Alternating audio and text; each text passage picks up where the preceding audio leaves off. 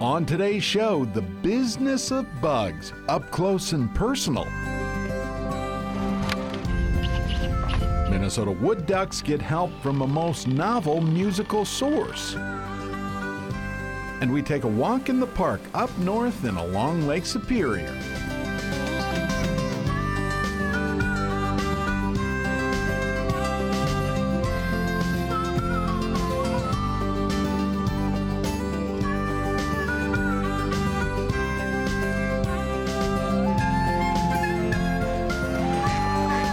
Minnesota Bound. Brought to you by Minnesota's select GMC dealers. Hey everybody, Laura and I welcome you to the show.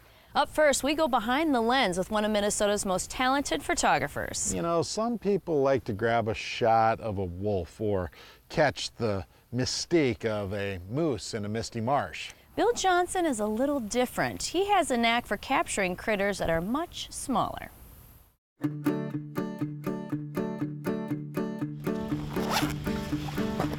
My main lens that I'm working with is a 100mm lens. It requires a step-down ring. It fits on the front. I can control either one of these independently. Bill Johnson clocks in. Full power down to, I think it's 250th of a power. Bill heads out to find a subject for today's shoot. I set my ASA down to 125. Now, Bill's work takes time. See, he's sort of looking for nature's version of a needle in a haystack.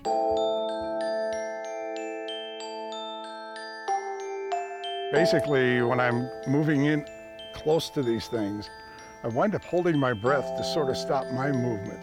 And I feel a lot of times I've been holding my breath for maybe a third of my lifetime because I've been doing this for a very long time. Bill made a name for himself as the best in the bug photography business, and not just in Minnesota, but around the globe. Specializing in close-up, I mean really close-up photography, what the pros call macro photography. I'm going to see if I can get really close to this guy.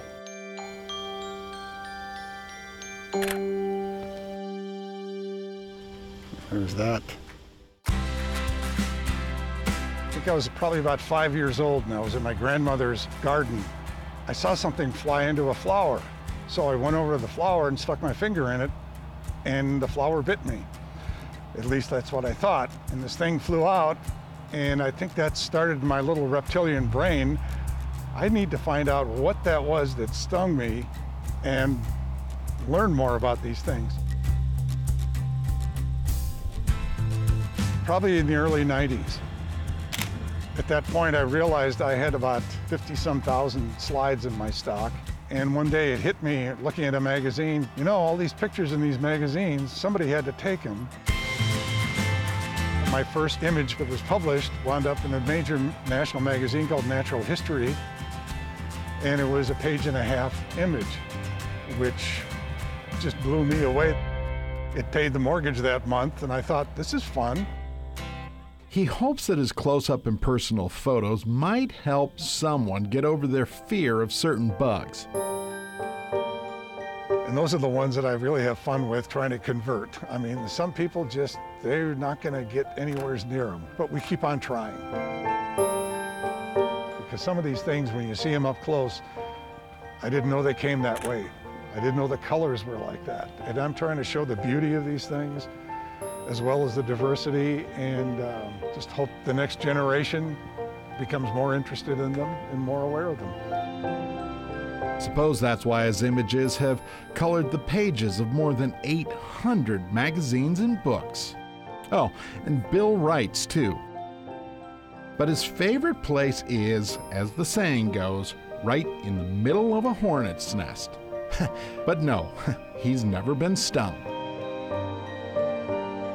They are too busy doing what they're doing. And in doing this kind of work, be real still, move slowly, don't wave your hands in the air and don't, try to create a commotion. And stuff like this will happen where there's a monarch about to land on a flower up there, which it just did.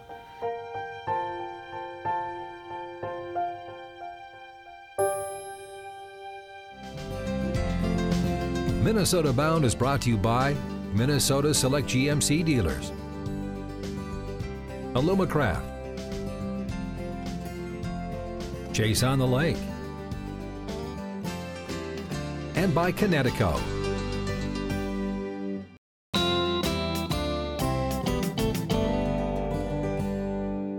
Up next, Ron Schara mixes music and Minnesota's love of wood ducks. This story proves that people want to help the birds on a northern Minnesota lake.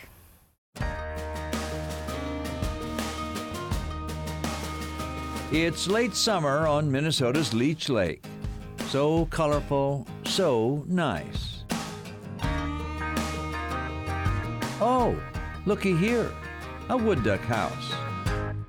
A premonition, perhaps, because, in this case, Leech Lake and wood duck houses make for a very unusual event in Minnesota's North Country, and it all happens here, at a place known as Moondance Jam, just east of Walker. Kathy Belo and her late husband Bill started the business in 1992. Tourists and local folks regularly gather at Moondance for live music concerts, outdoor games, and an ever-present party atmosphere, including the annual Harvest Moon Festival in September, which is where our story begins. We've got wine and beer tasting. We've got bands in the saloon tonight. We brought in the new wood duck house building challenge this year. Each of you has a construction table, okay? When we say go, you go. We're gonna give you 25 minutes. Go! The house builders will be judged on time, construction, and creativity. Each of those categories is 10 points. Yes, I've agreed to be a contest judge for this first ever Ducky event. Our judges are back here. They do not take bribes. Maybe. So the duck house building begins.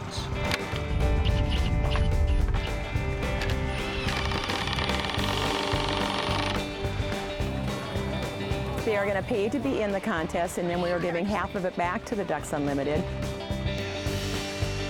It's 5 minutes to go. After the fun and contest is over, they donate them back to Ducks Unlimited, where they'll either be raffled or we'll actually go place them in habitat. Okay, judgment time. I don't know if the ducks would appreciate that. Some houses may be inhospitable. Would Mama Wood Duck go for this decor? Or this? I think it's a great success. We're getting lots of great comments, and look who we got up here to film it. All right, you built a wood duck house. Is this the first wood duck house you've ever built? It is. So what made you think you could do it? The group I was with just told me that it'd be a good cause and we should do it. Some don't have doors to open to take care of, put the wood chips in or empty the nest. So there'll be some winners here. I also see some that won't win.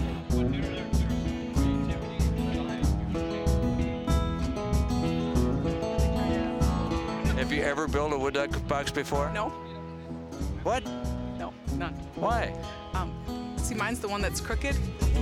No. So do we deduct on that? Why do you think a wood duck needs that box? Safety? Coverage from the weather and the elements. That one's not going to open. I bet wood ducks don't know colors, so they won't know the difference. They'll probably think it's camouflaged and they'll love it. Finally, the judges have chosen the winners and losers. Our first place is Richard. And so our story ends as the Harvest Moon Bash continues with party-hardy folks coming and going, perhaps unaware that today the luckiest couple at Moondance are wood ducks.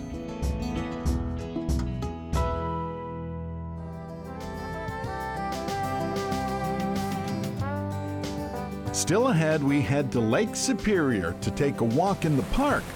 This destination used to be home to the Lumberjacks. Closed captioning is brought to you by Minnesota Rebat.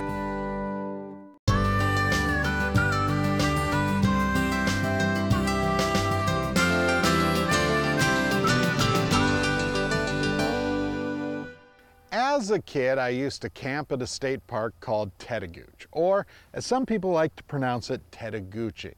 Anyway, this Lake Superior Park rose from one of the state's oldest logging camps. It's time to take a walk in the park. Tettegouche State Park is a very rugged landscape, and it extends from the lakeshore to the far inland.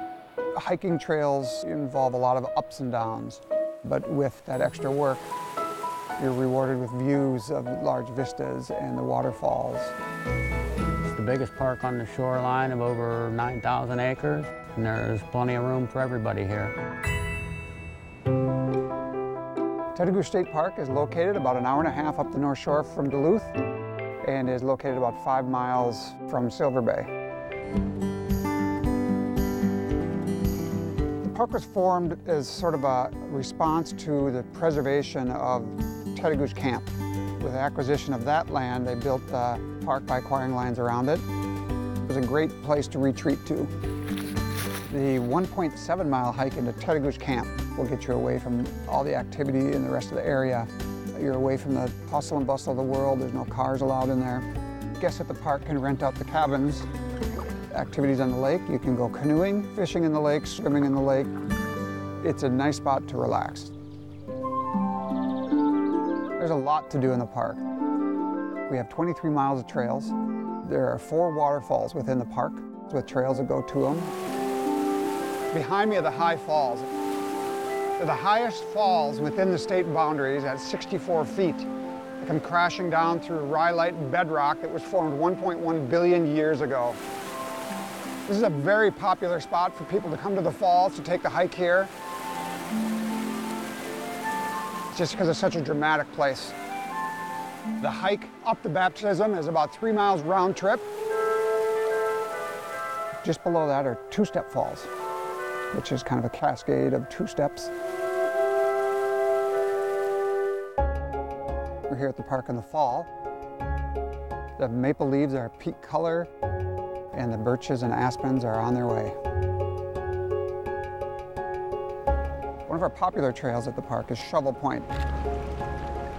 Along the way, you get great views of the lake, and you may see the peregrine falcons soaring overhead as well.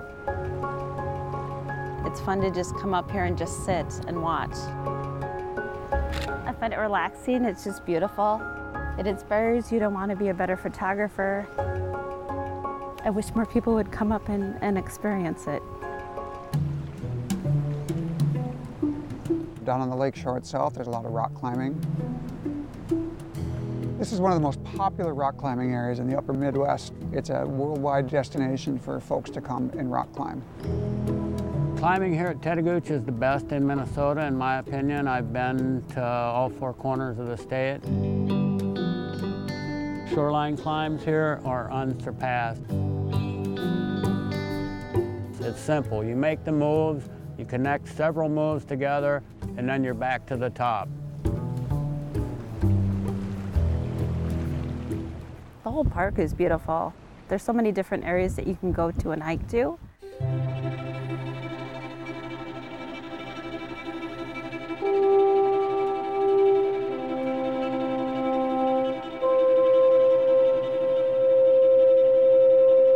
One of the things I really love about working at this park is just kind of the world-class destination that it is. We've got the landscape and topography and the wilds here that just aren't really available to people anymore. Just a great place to get out and reconnect.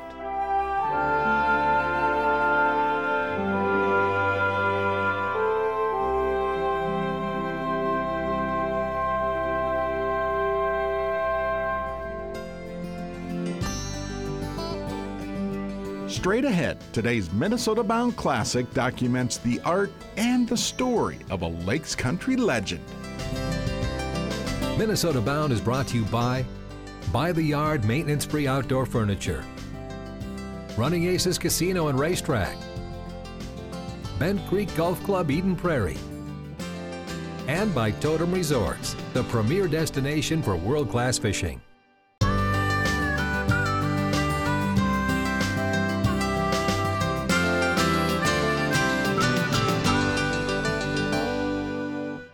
Today's Minnesota Bound Classic is all about an absolute Lake Superior icon. A painter who not only documents lake life, but he lives it too. Yeah, Ron Schara headed way north to better understand the stories behind Howard Sivertson's brushstrokes. No one really recorded the fishermen working, how they played, or anything like that. So, and I knew the history and I lived it, so I decided to paint it. And paint them he has. Scenes from a bygone era on the world's largest inland sea, Lake Superior. This country didn't get their history documented visually, and it's a blast. It's fun. It's just great.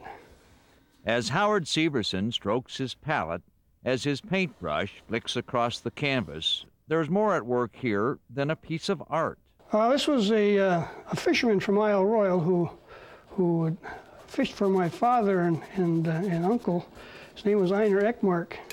I wanted to paint a picture of him before I forgot him, and of course he's dead now.